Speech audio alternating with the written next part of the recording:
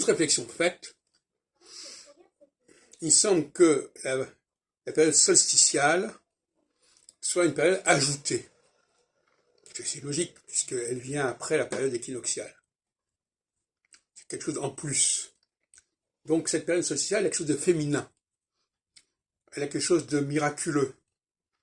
C'est-à-dire c'est une intervention, c'est un deus ex machina, la période solsticiale, qui est représentée par l'homme providentiel, par le Sauveur, par Jésus par exemple. Donc la période équinoxiale, c'est une période qui est liée au plan divin de base, d'origine, et c'est la période équinoxiale où les choses se passent comme elles doivent se passer, sans qu'il soit besoin d'intervention miraculeuse et de sauveur. Donc le système astrologique que nous connaissons, il institutionnalise cette situation duelle, avec une phase équinoxiale qui est une phase qui est celle du judaïsme originel, et une phase solsticiale qui est une phase ajoutée, qui correspond au christianisme et avant à l'israélisme. C'est-à-dire quelque chose qui est opposé au judaïsme. L'israélisme, c'est une interface entre le judaïsme et le christianisme.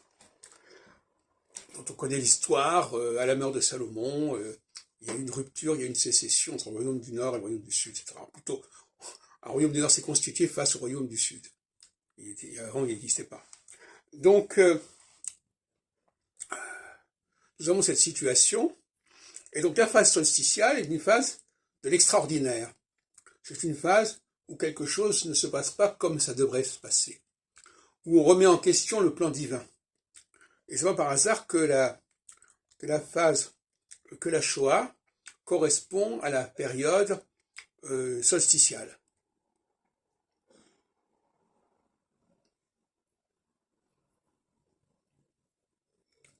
Et que la fin de la Shoah, en 1947, avec la sauvegarde des Juifs en Palestine, voulue par l'Assemblée générale de l'ONU, correspond à une phase équinoxiale.